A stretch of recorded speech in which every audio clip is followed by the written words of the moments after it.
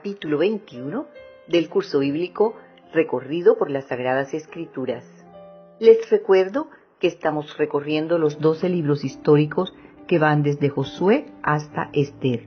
Ya pasamos por Josué, por Jueces y Ruth, y ahora vamos a entrar a Primera de Samuel con 31 capítulos que está dividido en 2. Así que después veremos Segunda de Samuel.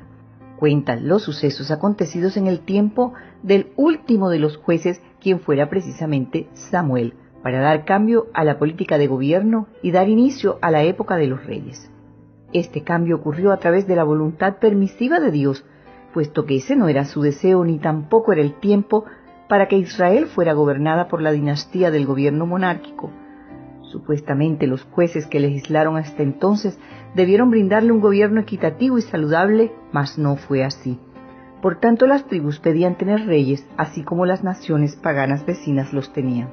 Si bien es cierto que Dios había planeado darle un rey a su pueblo, el tiempo no había llegado para que su Hijo Jesucristo ocupase ese cargo de preeminencia, gobernando al mundo entero como el Rey de Reyes y Señor de Señores, tal como se nos fue revelado. Pero las quejas y las peticiones de los israelitas hicieron que Dios escogiera a Saúl como el primer rey, diciéndole a Samuel que lo ungiera y lo proclamara, lo posesionara y lo posicionara como el primer rey de las tribus de Israel, no sin antes advertirle que esto les traería nefastas consecuencias, porque estos reyes los harían sufrir, no así quien él había escogido como rey justo, a Jesucristo Rey y Salvador. Leamos Primera de Samuel desde los versos 8 en adelante. Cuando Samuel envejeció, nombró como caudillo a sus hijos para que guiaran al pueblo de Israel. Su primogénito se llamaba Joel y su segundo hijo se llamaba Abías. Pero no siguieron el ejemplo de su padre, sino que se dejaron llevar por la avaricia, pues aceptaron sobornos y corrompieron la impartición de justicia. Por eso todos los ancianos israelitas fueron a Ramá para hablar con Samuel y le dijeron: es un hecho que ya tú eres viejo y que tus hijos no siguen tu ejemplo, por tanto escógenos un rey como lo tienen las otras naciones para que nos gobierne. Pero Samuel no le agradó esta propuesta de dar al pueblo un rey que lo gobernara. Entonces oró al Señor y el Señor le dijo: atiende todas las peticiones que te haga el pueblo. No te han rechazado a ti, sino a mí, pues no quieren más que yo reine sobre ellos.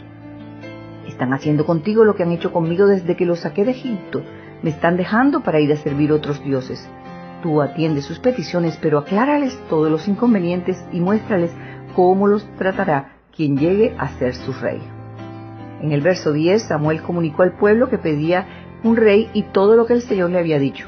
Y les dijo: el rey que ustedes ahora piden les quitarán a sus hijos para ponerlos como soldados en sus carros de guerra. Unos serán jinetes de su caballería e irán abriéndole paso a su carruaje. A otros los pondrá al mando de 1000 soldados, y a otros al mando de 50 soldados, y a otros los pondrá a labrar sus campos y a levantar sus cosechas, y a otros los pondrá a fabricar sus armas y sus pertrechos de sus carros de guerra. También les quitará sus hijas para convertirlas en perfumistas, cocineras y panaderas.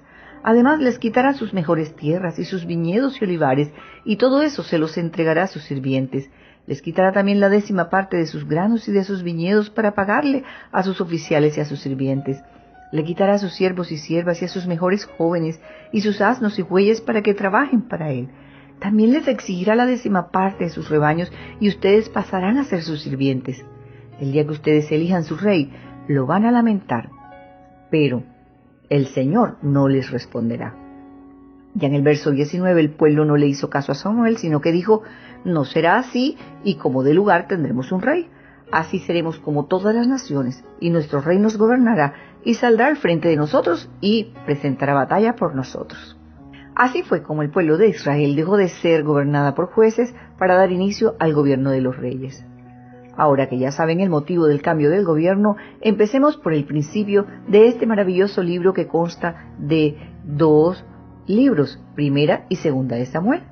Abra su Biblia y empecemos el recorrido. Usted se encontrará en el primer capítulo de Primera de Samuel la historia del nacimiento precisamente de Samuel, quien llegará a ser uno de los hombres más importantes en la historia de Israel.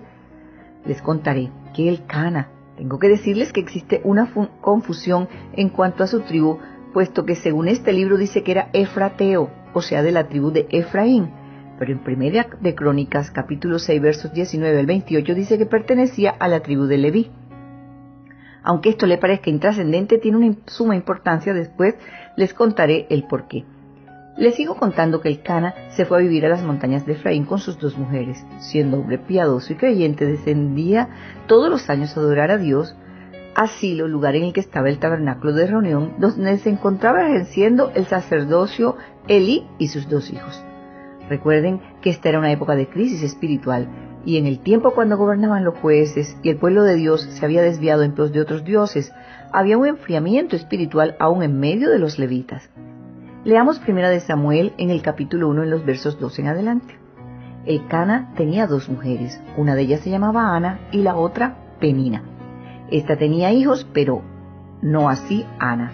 Todos los años Elcana salía de su ciudad para ir a Silo a adorar allí al Señor de los ejércitos.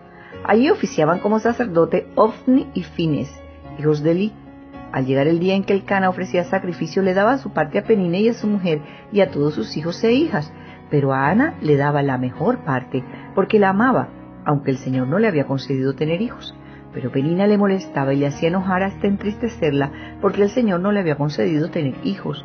Y cada año era lo mismo. Penina se burlaba de Ana cada vez que iba a la casa del Señor, y por lo tanto Ana lloraba y no comía.